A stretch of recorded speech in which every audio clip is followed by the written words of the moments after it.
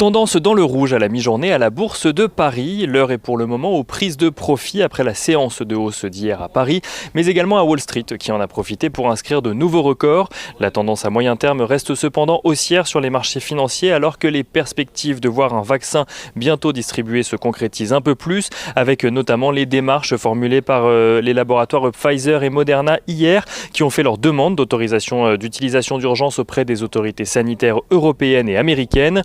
L'autorité de santé britannique vient de son côté de délivrer la fameuse autorisation, ce qui renforce encore l'espoir.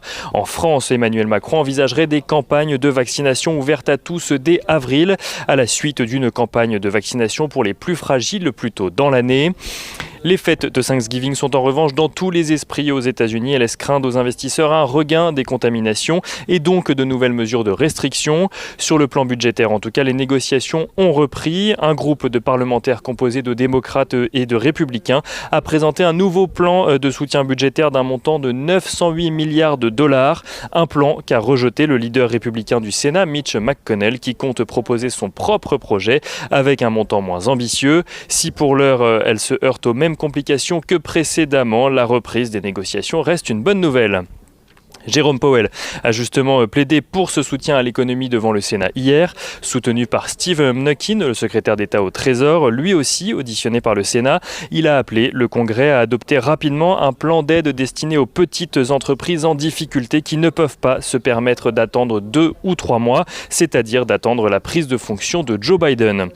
Aux États-Unis, toujours, les investisseurs ont également découvert dans le New York Times que Joe Biden n'envisage pas pour le moment de lever les droits de douane sur les importations chinoises suite au premier accord commercial.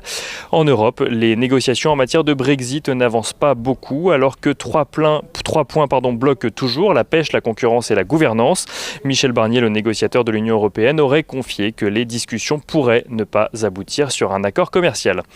Du côté des valeurs à présent, Alstom et Bombardier ont annoncé avoir obtenu les autorisations nécessaires pour qu'Alstom puisse racheter les activités ferroviaires de son homologue canadien, un rachat qui doit intervenir le 29 janvier. Peugeot prévoit de son côté le lancement d'une nouvelle version électrique de ses utilitaires légers avec pour objectif toujours de présenter une version électrique pour chacune de ses gammes d'ici à 2025, tandis qu'Interparfums relève de son côté sa prévision de chiffre d'affaires annuel grâce à une activité qui s'est accélérée à l'automne. Celle-ci passe à 340 millions d'euros contre 320 à 330 précédemment. On regarde rapidement ce qui se passe du côté du pétrole. Le pétrole qui se négocie aux alentours des 47 $ à la mi-journée dans l'attente de la prochaine réunion des membres de l'OPEP+, qui n'arrivent pas à se mettre d'accord pour le moment sur la production à partir de janvier. L'once d'or, elle, s'apprécie à la mi-journée au-dessus des 1800 $, tandis que le dollar recule à la mi-journée. L'euro-dollar s'apprécie aux alentours des 1,20 $ pour 1 euro.